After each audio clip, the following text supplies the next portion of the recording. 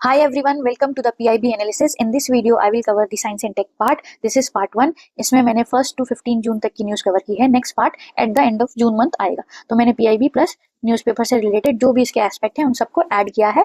And हम science and take को as a हैप्पीजार्ड manner नहीं पढ़ेंगे कि ये न्यूज़ आई वो न्यूज़ आई, नहीं. इसको हम हमेशा थीम वाइज करेंगे.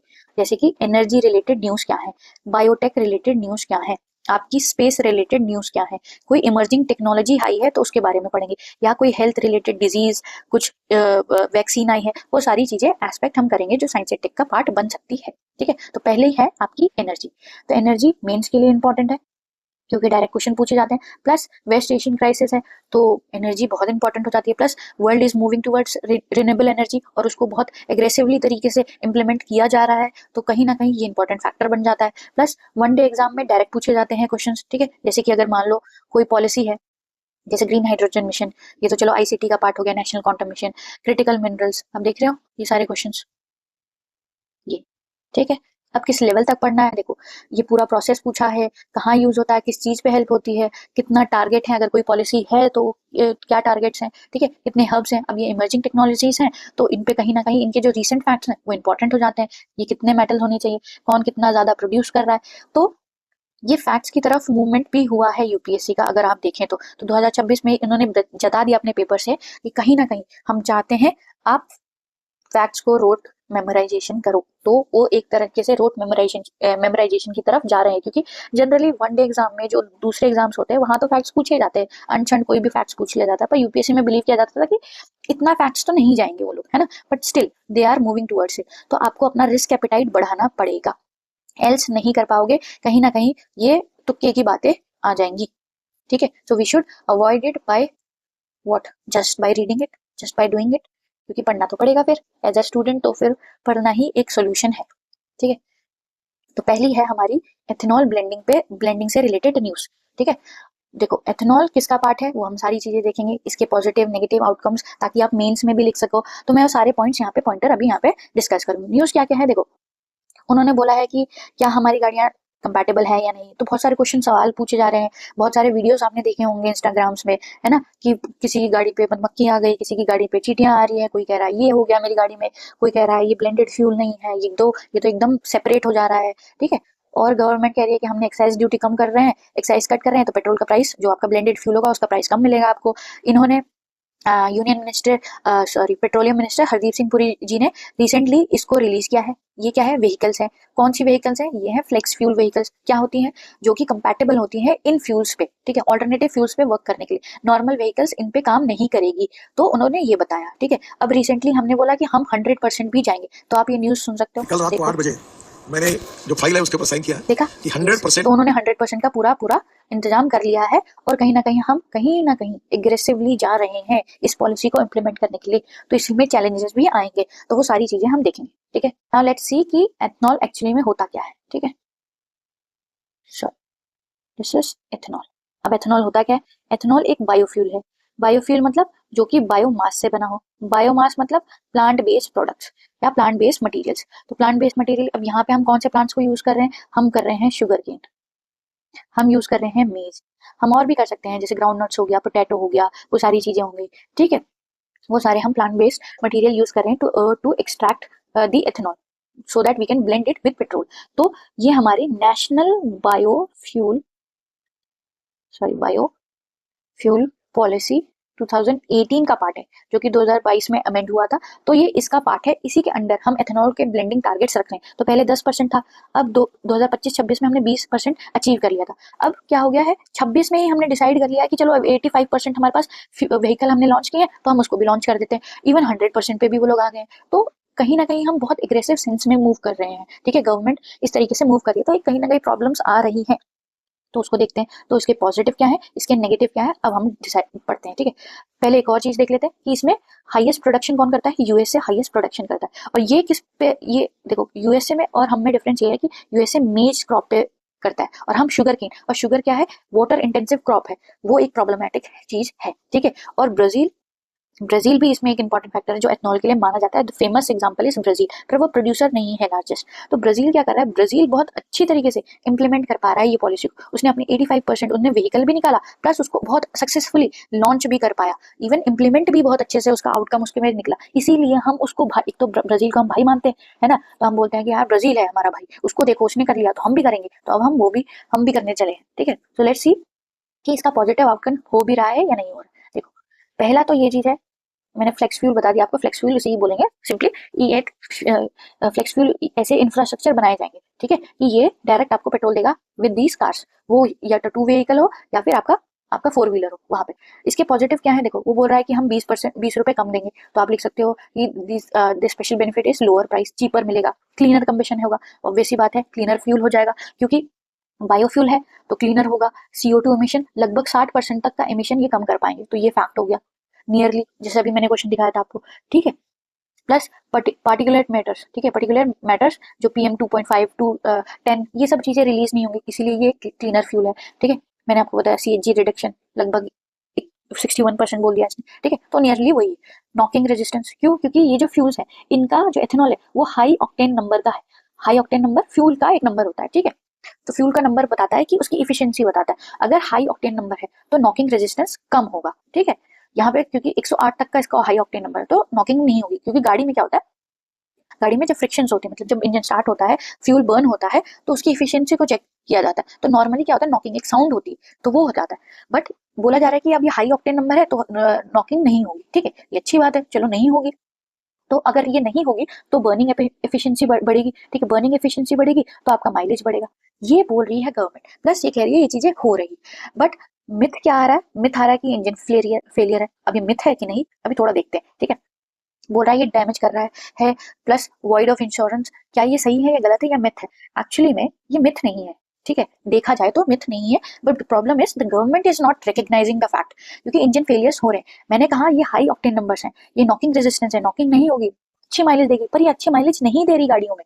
क्यों नहीं दे रही, क्योंकि the problem is the problem is is the energy density. अब एनर्जी डेंसिटी क्या होती है, देखो मैंने पीनट बटर खाया, ठीक है, 1 चम्मच पीनट बटर खाया, और मैंने वही 1 चम्मच सैलेड खाया।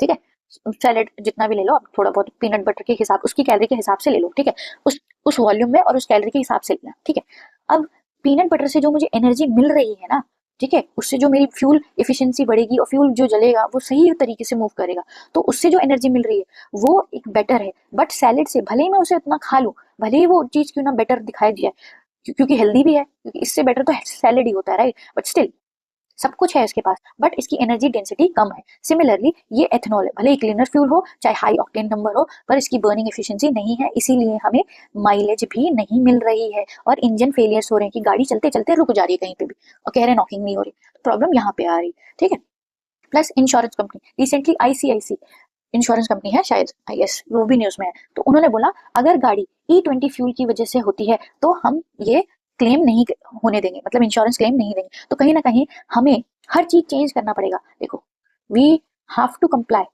हमें लेके चलना पड़ेगा सारे लोगों को। ये कहाँ चला गया न्यूज, सी,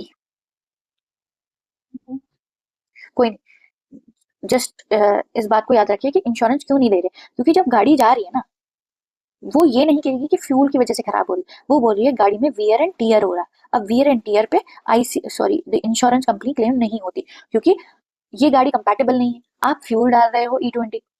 ठीक है, तो वो बोल रहा है ये आपका नेग्लिजेंस है, प्लस वियर टीयर पे हम नहीं देंगे इंश्योरेंस इस तरीके से। ठीक है, तो यहाँ पे प्रॉब्लम आ रही है, तो आपको पूरे रूल्स चेंज करने पड़ेंगे, आपको पूरा इंफ्रास्ट्रक्चर क्रिएट करना पड़ेगा। ठीक है, तो ये चीजें हैं, तो आपको पॉजिटिव पता चल गए, आपको नेगेटिव पता चल गए। ठीक है, देखो कंसर्न मैंने आपको सिंपली वही बता दिया कि आप रिप्लेस तो कर रहे हो। ठीक है, चैलेंजेस यहीं से आएंगे कि फेलियर हो रहा है, डैमेजेस हो रहे हैं, रस्टिंग हो रही है, करोजन हो रहा है, क्योंकि ये हाईली हाइग्रोस्कोपिक है, मतलब कि वाटर इसमें आ रहा है। ठीक है, मॉइस्चर इसमें आ रहा है, क्योंकि एथेनॉल मॉइस्चर को अट्रैक्ट कर रहा है, इसकी वजह से वियर एंड टियर हो रहा है, तो ये प्रॉब्लम आ रही है। ठीक है, एक तरीके से ये लोग कह रहे हैं कि द गवर्नमेंट इज सेइंग कि हम ना फार्मर्स को हेल्प कर रहे हैं। फार्मर्स को कैसे हेल्प कर रहे हैं, हम फार्मर को हेल्प कर रहे हैं इन द फैक्ट ऑफ कि हम उनकी इनकम बढ़ा पा रहे हैं। कैसे, अन्नदाता से हम उनको ऊर्जा दाता बना रहे हैं। ठीक है, now they are moving towards it. But the problem is here is कि शुगर केन एक वाटर इंटेंसिव क्रॉप है, प्लस एक तो वाटर इंटेंसिव क्रॉप है, पानी चाहिए, इरिगेशन चाहिए, ग्राउंड वाटर कम हो जाएगा, प्लस लैंड हमें चाहिए। इंडिया में 82% स्मॉल एंड मार्जिनल फार्मर्स हैं, तो ये एक प्रॉब्लम का कारण है। ठीक है, तो लैंड हमें चाहिए, प्लस ग्राउंड वाटर हो गया, और इसके लिए एक इंफ्रास्ट्रक्चर बनाना एक मुश्किल का काम है फॉर द फार्मर, क्योंकि फार्मर यहाँ पे एक कमर्शियलाइज फॉर्म में नहीं है इंडिया में। ठीक है, this is about the life itself. ठीक है, दो वहां पे प्रॉब्लम आ रही है। India is not moving towards the other crop, उनको प्रमोट नहीं कर रहे, ऐसी क्रॉप को प्रमोट कर रहे हैं जो कि पॉसिबल नहीं है और या फिर प्रॉब्लमेटिक हो सकती है हमारे फ्यूचर के लिए। तो ये सारी चीजें गवर्नमेंट को देखनी चाहिए, बट वो क्या कर रहे हैं, वो एग्रेसिवली कर रहे हैं और वो सारी चीजें भूल जा रहे हैं, मतलब they are ignoring all the facts. तो आप देख सकते हो कि ई100 रिफ्यूज में क्या क्या हो, फीड स्टॉक डाइवर्जन हम नहीं कर रहे हैं जनरली। ठीक है, सप्लाई वल्नरेबिलिटीज, ठीक है, एग्रीकल्चर मानसून पे वैसे भी हम डिपेंडेंट है। आप ये सारी चीजें, हाई वाटर फुटप्रिंट्स, मतलब एक तो हाईली टर्म्स है बट सिंपली आप सिंपल लैंग्वेज में लिख सकते हो। लोअर माइलेज मैंने आपको बताया, हाई ऑक्टेन तो उसकी जगह ऑपोजिट लिख सकते हो। कंपैटिबिलिटी फ्यूल व्हीकल्स नहीं है नियरली। देखो जो डेटा कहता है, जो वाहन बोर्ड डैशबोर्ड है मिनिस्ट्री का ही, वो कहता है less than 30% vehicles, two wheel और पैसेंजर व्हीकल कंप्लायंट है फॉर E20। प्लस एक और सर्वे में बताया गया कि only 3% of vehicles are compatible और you can say compliant with this things. ठीक है, तो ये एक प्रॉब्लम है, तो ये डेटा से आप सब्सटैंशिएट कर सकते हो। तो आई होप ये एथेनॉल आपको समझ में आ गया होगा। If you want you can read this news, आप स्क्रीनशॉट लीजिए, पढ़िए, बट मैंने सारी चीजें वही एक्सप्लेन कर दी। ये सिर्फ स्टेटमेंट्स के लिए आप यूज कर सकते हो। ये माइलेज का मैंने आपको बता दिया। ठीक है, नाउ सी ऐसी न्यूज भी आ रही है कि मधुमक्खियां इस पे अट्रैक्ट हो रही है। अब ये कितना सच है कितना नहीं, तो ये एक प्रॉब्लमेटिक है। तो आप कंक्लूजन में ये लिख सकते हो कि हमें इस पॉलिसी को कहीं ना कहीं एक रैशनलाइज सेंस में देखना पड़ेगा। अगर हम रैशनलाइज सेंस में नहीं देखेंगे तो प्रॉब्लम आएगी, क्योंकि गवर्नमेंट ही अगर इन चीजों को एक्नॉलेज नहीं करेगी तो कहीं ना कहीं अनार्किज्म होगा, गवर्नमेंट की तरफ ट्रस्ट डिफिशिट होगा, तो वो प्रॉब्लम्स भी क्रिएट होने लग जाएंगी। और एग्रेसिव सेंस में तो कभी भी पॉलिसी को इंप्लीमेंट नहीं करना चाहिए, but they are doing it, तो कहीं ना कहीं प्रॉब्लम तो जरूर आएगी। तो ये या तो फिर हमें सिंपली एक्सेप्ट करना पड़ेगा और कुछ नहीं। तो अदर न्यूज इज, क्या सिर्फ पेट्रोल पे ब्लेंडिंग हो रही है? नहीं, डीजल पे भी ब्लेंडिंग हो रही है, पर यहाँ पे वो कह रहे हैं कि यहाँ पे वो बेटर होगा। ये आइसोब्यूटेनॉल है, ब्यूटेनॉल का वन ऑफ द आइसोमर है। ठीक है, तो 4 आउट ऑफ 4 वो एक आइसोमर। तो ये कह रहे हैं ये लेस क्रोसिव है देन दी एथेनॉल इटसेल्फ, ये लेस वाटर अब्सॉर्बिंग है, मतलब अब मॉइस्चर नहीं आएगा, तो ये कहीं ना कहीं बेटर है। अब देखो आइसोब्यूटेनॉल क्या होता है, आपकी फ्रेग्रेंस के लिए भी यूज होता है। ठीक है, इसके एप्लीकेशन यही है, फार्मास्यूटिकल में होता है, पेस्टिसाइड में होता है, पेंट्स में होता है, फूड एडिटिव में भी यूज किया जाता है। तो इसके एप्लीकेशन आपको थोड़े बहुत आइडिया होना चाहिए कि हाँ, कि ये न्यूज में है तो ये एक्चुअली है क्या। तो आपको पता होना चाहिए कि ये डीजल के लिए। तो ये थी दूसरी न्यूज। प्लस तीसरी एनर्जी रिलेटेड न्यूज है कि कदम पर आए हाइड्रो पावर प्लांट, जो पम्प्ड स्टोरेज पावर प्लांट है, पम्प स्टोरेज पावर प्लांट वो है, उसके जो पार्ट्स हैं वो क्रिपल्ड हो रहे हैं, वो कहीं ना कहीं प्रॉब्लमेटिक हो रही है, तो उसको रिन्यू करने की या उसको रिपेयर करने की जरूरत है। तो हमारे लिए क्या ये इंपॉर्टेंट है? नहीं, ये हमारे लिए इंपॉर्टेंट नहीं है। बस हमें ये पता होना चाहिए कि pumped storage hydro power plant होते क्या है, क्योंकि ये पीवाईक्यू में ऑलरेडी पूछा गया है। तो ये क्या है, देखो इस तरीके से होता है। ये देखो, ये हुँ? कैसे काम करता है देखो। ये दो टाइप के हो सकते हैं आपके, टू टाइप्स के हो सकते हैं। सिंपली ओपन हो सकता है या फिर क्लोज लूप हो सकता है। ओपन मतलब कि किसी ना किसी हमने नेचुरल वाटर बॉडी से इसको कनेक्ट किया है, और क्लोज लूप क्या है, टोटली आर्टिफिशियल होगा। ठीक है, या फिर हम अंडरग्राउंड भी बना सकते हैं, जहाँ पे कि जो केव साइट्स होती हैं या फिर कोई अबंडेंट कोल साइट्स होती हैं, वहां पे भी कर सकते हैं। तो वो तो बेस्ट एग्जाम्पल हो सकता है इस चीज के लिए। तो वो है, पर ये काम कैसे करता है देखो। एक हाइट पे एक रिजर्वायर बनाया जाता है और नीचे एक रिजर्वायर होता है, या तो वो नेचुरली हो सकता है या फिर आर्टिफिशियली हो सकता है। फिर क्या करते हैं, इनको कनेक्ट करते हैं, इससे टनल, ठीक है, इससे कनेक्ट किया जाता है और इसी रिजर्वायर के पास टरबाइन लगा दी जाती है। उससे क्या होगा, टरबाइन के साथ मोटर लगा दिया जाता है, ठीक, सॉरी टरबाइन लगा दिया जाता है। ठीक है, तो क्या होगा, पानी अपर रिजर्वायर से ग्रेविटी के थ्रू पानी यहाँ जब छोड़ेंगे तो क्या होगा, तेजी से आएगा और तेजी से ये रोटेट करेगा और फिर इसको ग्रिड से कनेक्ट करके हम इलेक्ट्रिसिटी पहुंचा देंगे। और ये कब होगा, ये हाई डिमांड, मतलब जब हाई डिमांड होगी, डे के टाइम हाई डिमांड्स होती है इलेक्ट्रिसिटी की, तो क्या होगा, वो वहां पे घरों तक पहुंचाएगा। ठीक है, और रात के समय लो डिमांड्स हो जाती है, कम बिजली खर्चा होती है, तो इसीलिए फिर जब नीचे वाले में जब पानी हो जाएगा, इसी टरबाइन के पास हम मोटर लगा देंगे। मोटर से जैसे आपके घर का मोटर होता है, पानी चढ़ाता है ऊपर छत तक आपके टंकी तक, तो उसी तरीके से ये इस ऊपर वाली टंकी को भरेगा और फिर दिन दिन में ये हो जाएगा। तो यही है आपका पम्प्ड स्टोरेज, इस तरीके से काम करता है।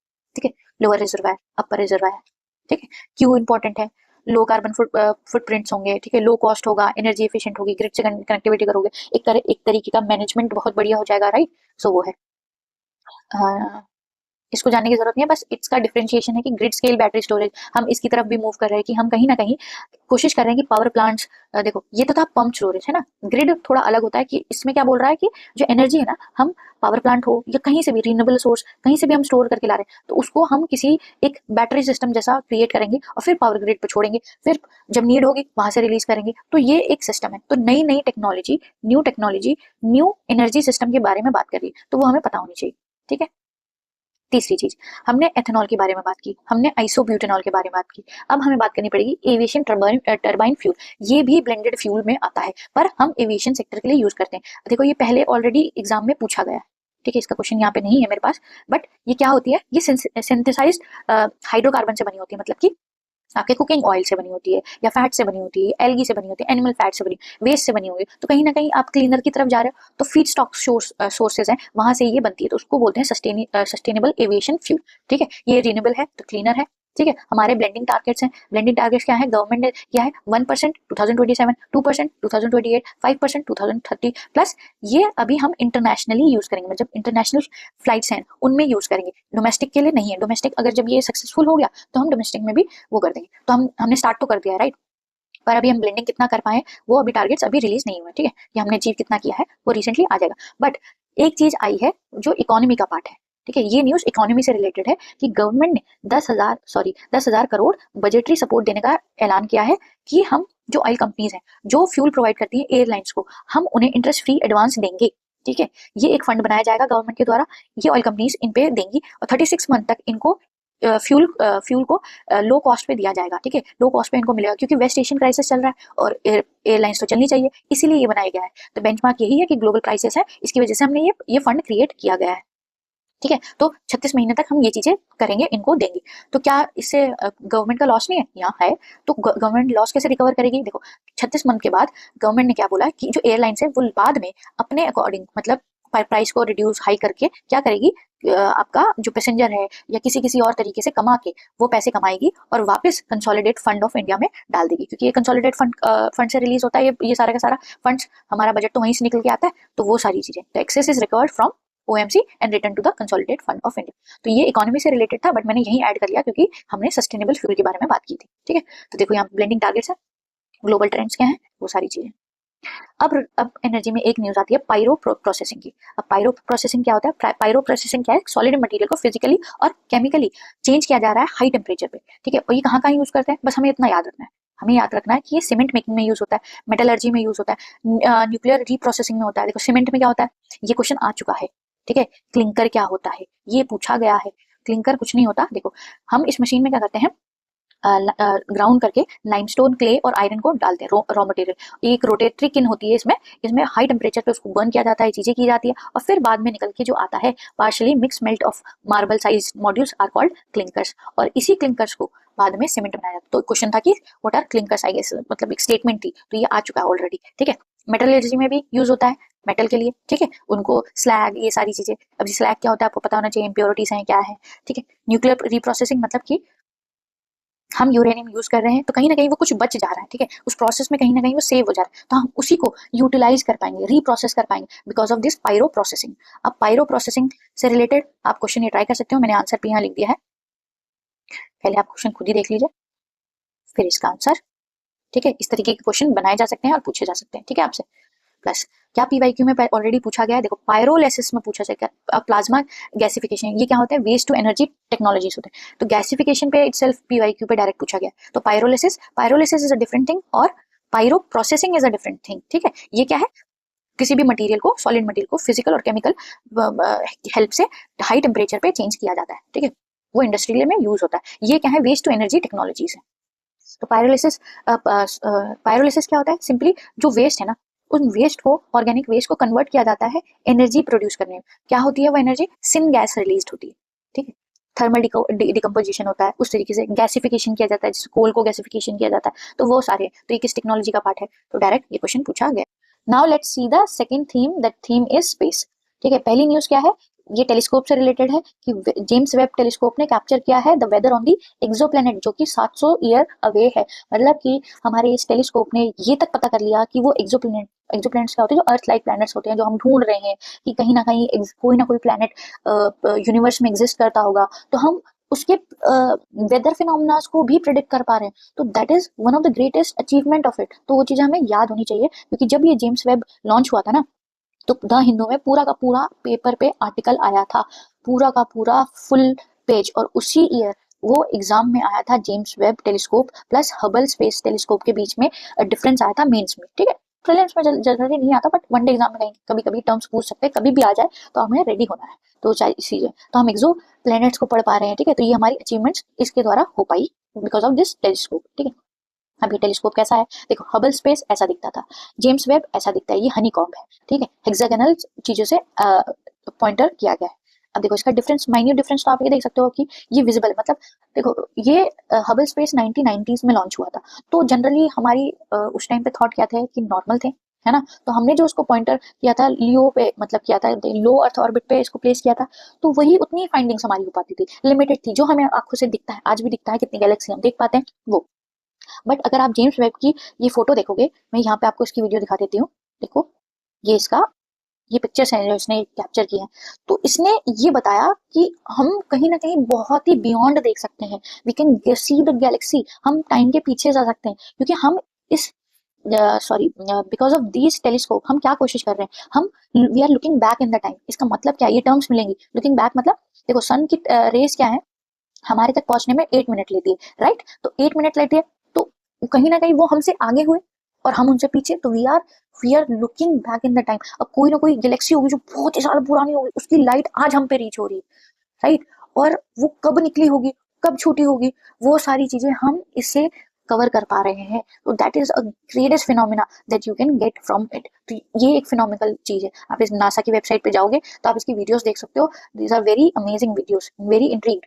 तो आप वहां से देख सकते हो। तो सिंपल, आपका जो हबल स्पेस था वो विजिबल रेंज तक काम करता था, लियो में था लोअर ऑर्बिट, तो कहीं ना कहीं डिफरेंशिएशन कभी कभी पूछ सकता है, ठीक है। छोटे बड़ी न्यूएस्ट गैलेक्सी की तरफ थी, इसका जो मिरर का डायमीटर था वो भी छोटा था। यहाँ पे मिरर बहुत बड़ा है, ठीक है। ये एक बहुत ही माइन्यूट डिटेलिंग से इसको कवर किया गया। ये ना बहुत थिन है, it's like hair like thin coverage है। ये जो शीट्स लगी हैं ये डायमंड शेप की हैं, और ये हेक्सागोनल इसको पूरा प्लेस किया गया।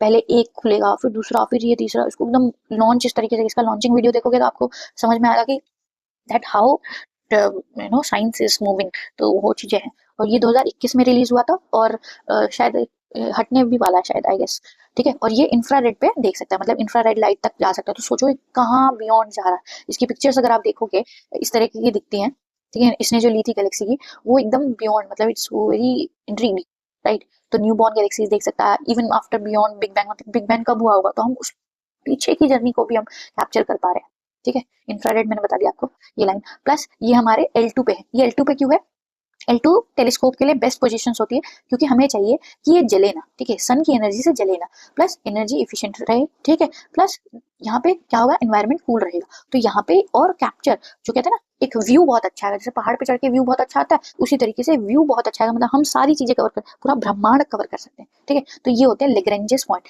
लेग्रेंजेस पॉइंट क्या होता है, इट्स लाइक पार्किंग पॉइंट, कि हम ऐसी जगह पे पार्क करें हमें व्यू बहुत अच्छा मिले, है, हम स्टडी कर पाए। तो L2 is a लेग्रेंजियस L2 point, ठीक है। ये पीछे होता है, अर्थ और सन के पीछे होता है, यहाँ पे मून भी है, सब कवरेज। L1 यहाँ पे, क्यों L1 पे क्यों रखते हैं, ताकि सन की अवेलेबिलिटी मिले। तो हम रिजनेबल चीजों का यूज करते हैं, हमें सन को अगर स्टडी करना था हम L1 पे डालते हैं। यहाँ पे भी रख सकते हैं, ये इक्विलेटरल ट्रायंगल पे बनता है, ये 60 डिग्री पे आती है। ये पोजीशन पे बेस्ट होती है उन चीजों के लिए जिन पे हम चाहते हैं कि जो ग्रेविटी है वो कम करे और सेंट्रीपिटल दोनों बराबर हो जाए। तो प्लस, और फ्यूल भी लेस, मतलब लेस यूज हो, तो वहां पे ये यूज करते हैं। और ये एक फिक्शनल पॉइंट है कि ये सबसे बियॉन्ड की तरफ है, सन के बियॉन्ड हम जाके देखने की कोशिश करें। तो L3 फिक्शनल कहते हैं, but there is a point. तो ये 4 पॉइंट्स हैं, तो ये आपको पता होना चाहिए। Now the news is related to sun, ठीक है। सोलर साइकिल, रिसेंटली आपने देखा होगा अरोरा इंडिया तक भी आएंगी, इस तरीके की बातें बोली गई, राइट, कि मैग्नेटिक सोलर फ्लेयर्स इतनी तेज आएंगी, राइट, क्यों आएगी, ठीक है। वो सारी चीजें हम समझेंगे। ये मैग्नेटिज्म, सन का मैग्नेटिज्म फ्लिप क्यों करेगा, ये सोलर साइकिल क्या है, ये सारी की सारी अभी हम डेटा इसको करेंगे। ये पीआईबी की न्यूज थी, इसको हम बहुत इजी से टर्म में समझेंगे कि एक्चुअल में सन क्या करता है, और इसकी जो टर्म्स इससे एसोसिएट है वो सारे समझेंगे। देखो देखो ये क्वेश्चन ऑलरेडी पूछा गया है, तो आप ये देख सकते हो कि सोलर फ्लेयर से क्या हो सकता है, क्या प्रॉब्लम आ सकती है, इफेक्ट्स ऑन द अर्थ। तो यहाँ पे देखो ये 2 वाला ऑप्शन बहुत वो है, सुनामी क्या इसका सन से रिलेटेड कोई फिनोमिना होता है, तो वो अगर हटा तो सारे के सारे ऑप्शन कर सकते हैं, ठीक है। कहीं कहीं एलिमिनेशन वर्क करता है, कहीं कहीं नहीं करता है, but still you should be aware of these phenomena, क्योंकि पूछे जाते हैं कि सोलर फ्लेयर क्या होता है, कोरोनल मास इजेक्शन क्या होता है, सनस्पॉट क्या होता है, और ये सारी चीजें क्या है, सोलर मैक्सिमा क्या है, सोलर साइकिल क्या है, वो अभी देखते हैं, ठीक है। पहली बात सन के बारे में हम पढ़ते हैं। सन क्या होता है, देखो सन की लेयर्स होती है, तो मैं इसको इन डेप्थ नहीं जाऊंगी, बस I will just tell you कि ये सारी चीजें एग्जिस्ट करती है। इससे क्या होगा, ये न्यूज आपको इजीली समझ जाओगे, और सारी की सारी इससे एसोसिएटेड अभी जो न्यूज आ रही है वो सारी कवर हो जाएगी। पहली लेयर क्या होती है, आपकी कोर, जो इनसाइड कोर सबसे हॉटेस्ट पार्ट होती है। फिर आता है आपका रेडिएटिव जोन, ये आती है सेकंड लेयर। फिर आती है कन्वेक्टिव जोन। कन्वेक्टिव जोन क्या होती है, जहां पे जो एनर्जी है ना वो हीट रिलीज करती है, क्योंकि कोर में पता है आपको न्यूक्लियर फ्यूजन होगा। अब वो फ्यूजन होगा तो उससे हीट निकलेगी तो वो एनर्जी क्या होगी, आपस में एक दूसरे की तरफ मूव करेंगे, राइट, तो उसको बोलते हैं कन्वेक्टिव जोन। फिर उसी के पास बाहर एक लेयर बनती है, उसको कहते हैं फोटोस्फेयर, ठीक है, जो विजिबल सरफेस ऑफ द सन, जो हमें दिखाई देता है, येलोइश पार्ट, और उसी से विजिबल लाइट भी रिलीज होती है, राइट, वही एक पार्ट है जो विजिबल जोन क्रिएट करता है।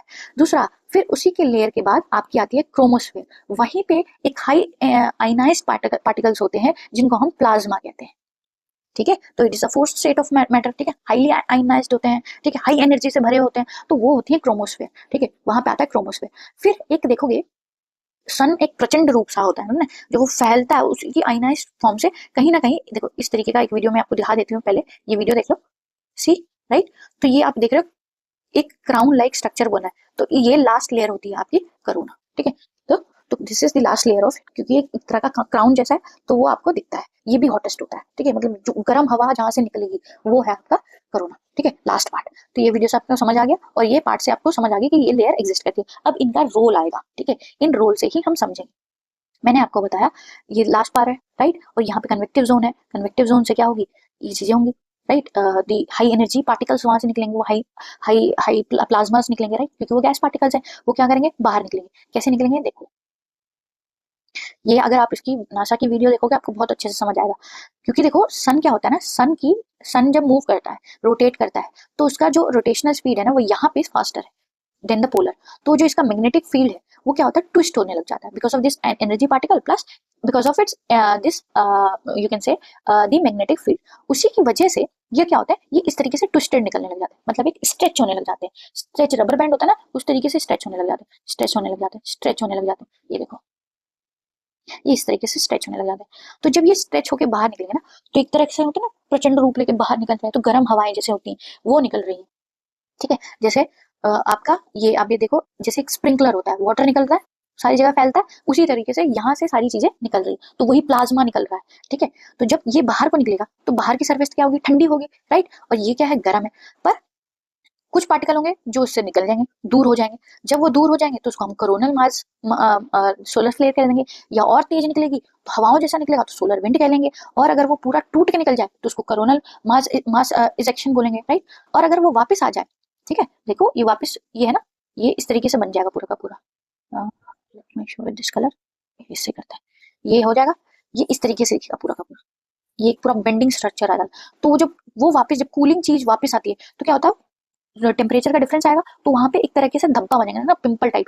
तो ये जब ये ठंडा आएगा ना, ये लूप्स यहाँ पे जब ठंडे होंगे तो वहां पे बनेगा डार्क स्पॉट, इसी को कहते हैं सन के डार्क स्पॉट। तभी आते हैं, जैसे आपके फेस पे पिंपल हो जाता है उसी तरीके से डार्क स्पॉट्स हो जाते हैं। तो ये जब ठंडा होकर वापस आएगा वो वहां पे डार्क स्पॉट, तो जितना डार्क होता जाएगा, जितना बड़ा होगा, वहां से कोरोना मार्क्स उतनी प्रचंड रूप से बाहर निकलेगा, ठीक है। तो उसके फिनोमिना अर्थ पे क्या इफेक्ट करेंगे वो सारी चीजें देखेंगे, ठीक है। तो ये टर्म्स आपको समझ में आ गई होगी, आई होप, ठीक है।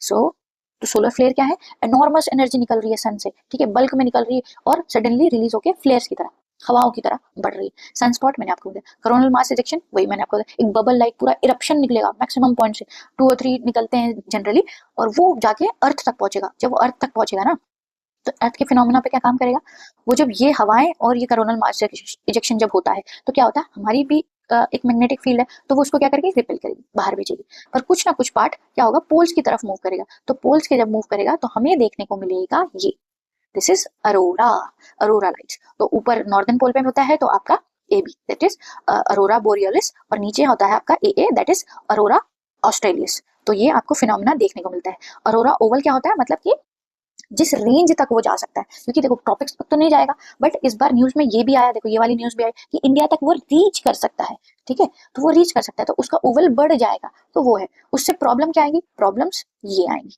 ये क्वेश्चन। तो ये क्वेश्चन आपका पूरा का पूरा सिस्टम वो कर देता है। क्यों? क्योंकि एक फिनोमिना हुआ था जिनको हम कहते हैं सोलर साइकिल। सोलर साइकिल वही होती है कि उसके गुस्से होने की प्रचंडता को तो दिखाएगा। मैं अभी अब हिंदी में ऐसे क्यों बोल रहे हो, देखो okay, ताकि आपको याद रहे। कोरोनल साइकिल क्या होता है आपका, सोलर साइकिल क्या होता है, हर 11 साल में आता है। क्योंकि जो एक साइंटिस्ट है, उनका नाम था सैमुअल एच स्वाबे, तो उसको स्वाबे साइकिल भी बोलते हैं, ठीक है। उन्होंने क्या ये देखा कि ना, जो ये जो सन है वो एक टाइम आता है, उस टाइम पे उसके डार्क स्पॉट ज्यादा हो जाते हैं, मतलब पिंपल बहुत ज्यादा हो गए, है ना, बहुत ज्यादा दिखेंगे। उस फेज को हम कहते हैं सोलर मैक्सिमा। उस टाइम उसकी एनर्जी भी रिलीज होगी, मतलब उस टाइम वो बहुत गुस्से में है, बहुत ज्यादा गुस्से में। तो पिंपल भी है तो गुस्सा बहुत आता है, तो पिंपल होंगे तो गुस्सा आएगा उसको मैक्सिमा। तो हर 11 ईयर में ये आता है फेज, और हर 11 साइकिल में एक मैक्सिमा फेज आता है, दो मिनिमा, मतलब कि ठंडा। अब पिंपल नहीं है, कम कम है और लोएस्ट एनर्जी है, तो हमारे एनवायरनमेंट पे भी कम इम्पैक्ट पड़ने को देखने को मिलेगा। इस बार सोलर साइकिल ज्यादा है तो इम्पैक्ट ज्यादा देखने को मिलेगा। तो ये है, इससे रिलेटेड दो वर्ड मैंने बता दिया, सोलर मैक्सिमा और मिनिमा, पूछ सकते हैं डायरेक्टली। और इस टाइम पे क्या होता है, उसका मैग्नेटिक फ्लिप भी कर जाता है, ठीक है, नॉर्थ से साउथ, साउथ से नॉर्थ, ठीक है, वो चेंज हो जाता है। यही सोलर साइकिल है। सोलर साइकिल क्या होते हैं, जो ईयरली प्लस जो सोलर का एनर्जी है वो चेंज होता है, वो साइनसोइडल जो आपका फंक्शन होता है उस तरीके से काम करता है। तो ये दो लोअर पॉइंट पे मिनिमा होता है और एक टाइम पे मैक्सिमा होता है। तो ये 2019 में था, सॉरी 2011 और 2020 एंड 2021 31। तो हम अभी 2031 मतलब आपके लगभग कौन सी साइकिल में, I guess 25th solar cycle में है, ठीक है। इसीलिए ये सारे फिनोमिना एग्जिस्ट कर रहे हैं। So you can remember by these things. तो आई होप मैंने आपको ये टर्म्स इजीली समझाए होंगे, ठीक है। आपको नहीं समझ आया तो दोबारा देख लीजिए, और प्लस एक नासा की वीडियो को जाके जरूर चेकआउट कीजिए, क्योंकि वहां से आपको इस फिनोमिना को बहुत इजीली समझ में आएगा। अदरवाइज 30 मिनट इस पे वक्त बर्बाद करने की जरूरत नहीं है, उसके बाद आप फैक्ट रट सकते हो, ठीक है। Then you can use this thing, ठीक है। अब दूसरी चीज आती है, तीसरी न्यूज आपकी जिससे रिलेटेड आई। कुछ फिनोमिना है, ब्लू मून, माइक्रोमून्स क्या होते हैं, ठीक है, बोलाइट्स क्या होते हैं। देखो पहले हम बोलाइट्स पे देख लेते हैं, वो इजी है। आपने ये आपकी गाड़ी है क्या, this is Bugatti I guess, ठीक है। बुगाटी, इसको भी बुलाइट बोलते हैं, ठीक है। क्यों? क्योंकि इसमें ना एक सोनिक साउंड आता है। अब देखो ये देखो आप ये वीडियो पूरा सी, राइट।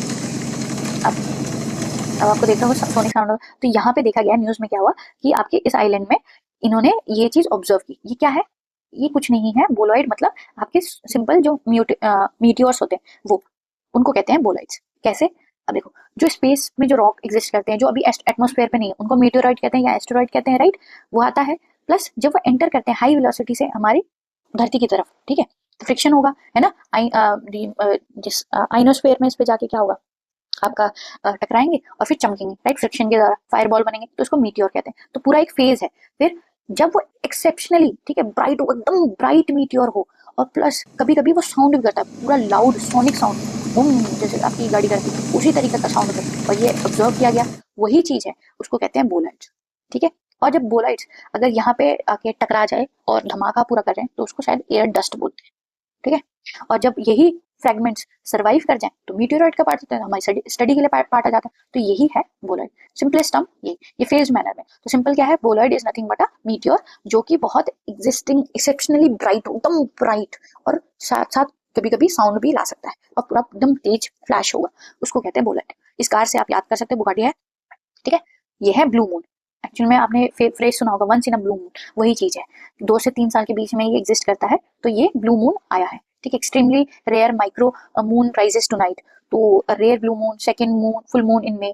ब्लू मून का मतलब ये है कि जनरली क्या होता है, हर महीने आपको एक बार फुल मून देखने को मिलता है, बट महीना कभी कभी 30-31 होते हैं ना, है ना। तो कभी कभी ऐसा होता है कि देखो फुल मून का टाइम क्या होता है, फर्स्ट और सेकंड होता है। तो जनरली अगर लेंथ अगर इंक्रीज हो जाती है ना, तो ऐसा फिनोमिना एग्जिस्ट हो जाता है कि हम एक महीने में 2 बार फुल मून देख सकते हैं। उसी को कहते हैं दी ब्लू मून्स, ठीक है। वो एक्चुअली में ब्लू नहीं होते, ठीक है, उनका कलर ब्लू नहीं होता, बट हम फुल मून देख पाते हैं एक ही मंथ के अंदर, उसी को कहते हैं ब्लू मून, ठीक है।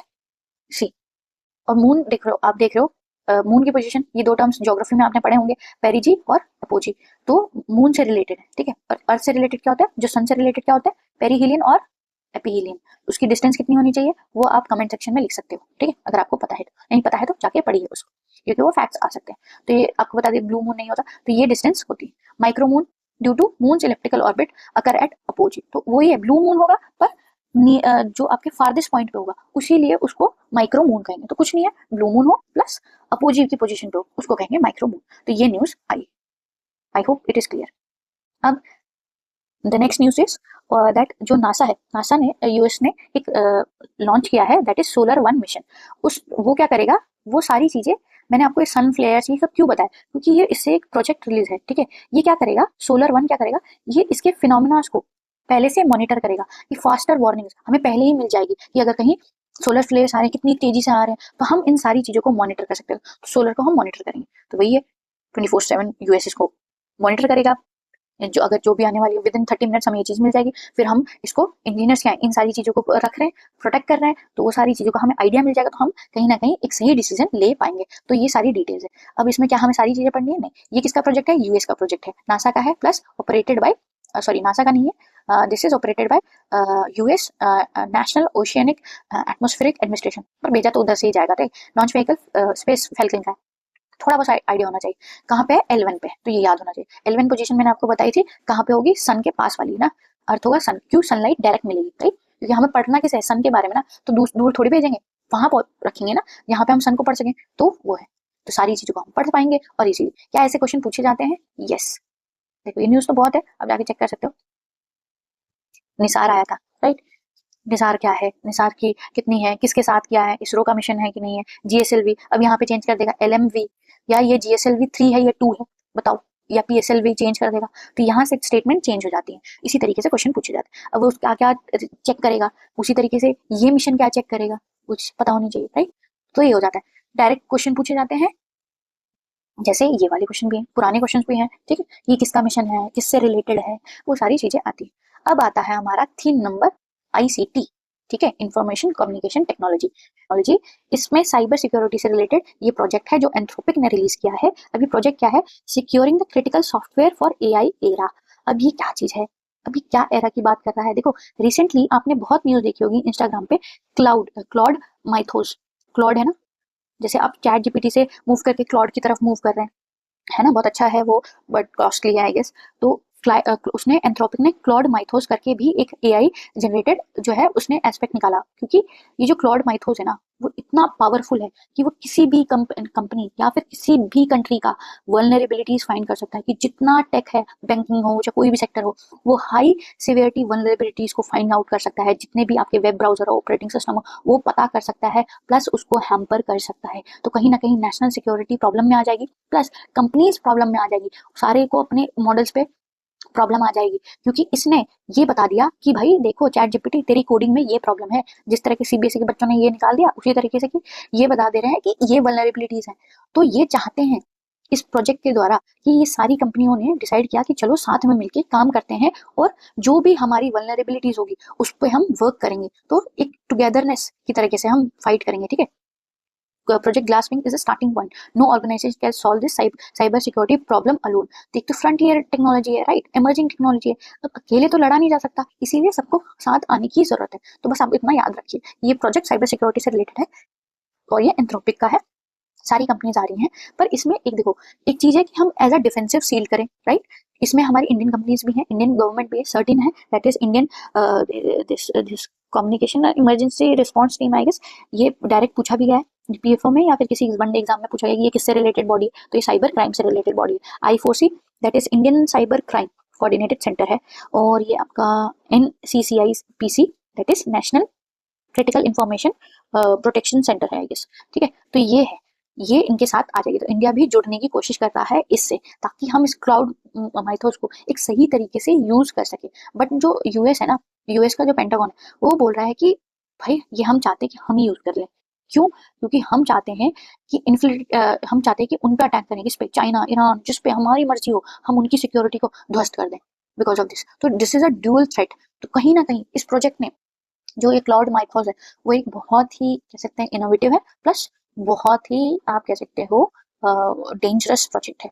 पूरी इकोनॉमी को खराब कर सकता है, पूरी बैंकिंग सेक्टर को एक ही साथ उड़ा सकता है, टेलीकॉम इंफ्रास्ट्रक्चर, पूरे ग्रिड को उड़ा सकता है, क्योंकि वो सारी वल्नरेबिलिटीज फाउंड करता है। और अगर किसी भी हैकर के पास अगर ये लग गए तो प्रॉब्लम आ जाए। तो वही है प्रोजेक्ट ग्लासविंग, कि हम कोशिश करें कि उनके हाथ ना लगे, और अगर जहां जहां ये प्रॉब्लम्स है हम उसको पहले से ही सॉल्व कर लें। तो ये थी आईसीटी की रिलीज, मतलब न्यूज। हेल्थ से इस बार नहीं है, बट वो डिजीज हम एक साथ लास्ट में कवर करेंगे नेक्स्ट वीडियो में। इमर्जिंग टेक्नोलॉजीज में कौन सी है आपकी, साउंड वेव से रिलेटेड है, कि we can use the sound wave can be use in reducing energy consumption in next generation computing. मतलब जो आपका क्वांटम टेक्नोलॉजी है ना, क्वांटम टेक्नोलॉजी वेरी फेमस है, क्वेश्चन आ चुका है ऑलरेडी, तो बार बार पूछा जा रहा है। तो इस बार साउंड वेव की मदद से हम एनर्जी कंजम्पशन को कम कर सकते हैं, उसकी बात बोल रहा है। कैसे, हम पीजियो इलेक्ट्रिक सब्सटेंस पे ग्राफीन को लगा के और फिर साउंड वेव्स के स्पिन करके, स्पिनिंग से हम उसको यूज कर सकते हैं। अब इसका मतलब क्या है, देखो क्वेश्चन देखो, क्यूट बिट आपके ऑलरेडी पूछा गया, अभी मैंने नेशनल क्वांटम मिशन बताया, तो वो ये क्वांटम से रिलेटेड है। ये देखो पीआईबी,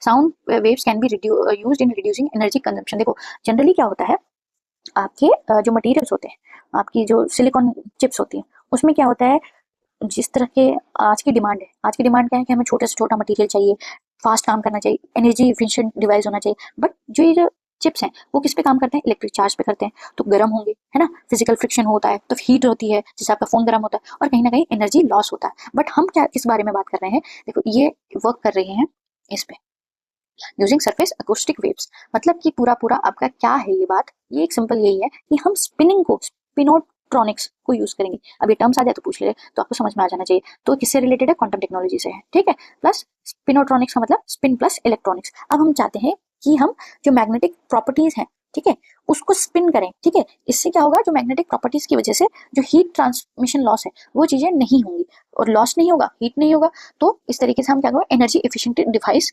क्रिएट कर सकते हैं। तो ये साइंटिस्ट हैं, जो स्कॉलर्स हैं, इन्होंने ये गैप को फाइंड किया और पता किया कि ये इसको हम यूज कर सकते हैं। तो मैग्नॉन डायनेमिक्स, तो इतना नहीं जाने की जरूरत है, बस आप ये समझिए कि क्वांटम टेक्नोलॉजी के लिए है। They developed analytic model from scratch, 2 dimensional ultra thin substrate है ये। ग्राफीन के बारे में पीवाईक्यू में आ चुका है। तो ग्राफीन क्या होते हैं, ये कार्बन, क्या है, कार्बन का प्रोडक्ट है, राइट। तो ग्राफीन को यूज किया जाता है, इसकी प्रॉपर्टीज क्या होती है, पूछा जाता है, राइट, पूछा गया है, तो आपको पता होना चाहिए। That is a magnetic. अब उसके मैग्नेटिक प्रॉपर्टी को यूज करके पीजो इलेक्ट्रिक सबस्ट्रेट पे हम लगा देंगे, उस तरीके से हम इस मॉडल को यूज कर पाएंगे। देखो ये मैंने आपको सारी चीजें बता दी, ये डेवलप किया है इन्होंने, राइट। तो हार्नेसिंग द मैग्नॉन्स, ये वर्ड्स आ जाए तो ऐसा तो ये तो नहीं आएगा, बस हाँ ये आ सकता है कि साउंड वेव्स को क्या यूज करके हम क्वांटम टेक्नोलॉजी में यूज कर सकते हैं, हाँ कर सकते हैं, ठीक है। सो दिस इज, तो highly ultra low power computing बना सकते हैं, ठीक है। लॉन्ग बैटरी लाइफ हो जाएगी, कूलिंग इलेक्ट्रॉनिक्स होगी, डिवाइस हीट अप नहीं करेगा, स्ट्रेन इंजीनियर डिवाइस होगा, ठीक है, मैकेनिकल प्रेशर, ये सब चीजें नहीं लगेगी। आई होप ये आपको न्यूज समझ में आ गई होगी, सिंपल है, इतना सा ज्यादा डिटेल में नहीं पढ़ना क्योंकि बहुत टेक्निकल चीज है। बस आपको सिंपल याद रखना है कि क्वांटम से रिलेटेड है, प्लस हम साउंड को यूज कर सकते हैं, और एनर्जी एफिशिएंट डिवाइसेस की सारी चीजें होंगी। अब the next thing is the biotech. अब बायोटेक में क्या है, अब इसको आप एनवायरनमेंट में भी पढ़ सकते हो, बट एज अ मैं बायोलॉजी के सेक्शन की तरफ जा रही हूँ, तो इसलिए मैं इसको यहाँ पे मैंने ऐड कर दिया। तो ये क्या है, इसका नाम है, इसको फोराम्स भी बोलते हैं, और इसका नाम है फोरामिनिफेरा, ठीक है। तो ये क्या है, it is like a living fossil. इसी क्यों जरूरी है, क्योंकि हम ये एक तरह का फॉसिल माना जाता है। लिविंग फॉसिल क्यों कहते हैं, क्योंकि ये बहुत सालों से रहा है, ठीक है। दैट मीन्स कि it is a part of earth like some millions years ago. तो इसकी स्टडी से हम क्लाइमेट चेंज पढ़ सकते हैं, हम मरीन इकोलॉजी को पढ़ सकते हैं। So that's why this become important. अब देखो ये क्वेश्चन ऑलरेडी पूछा गया है, यहाँ मैंने आंसर भी लिख दिया है, ठीक है, आपको समझ में आ जाएगा।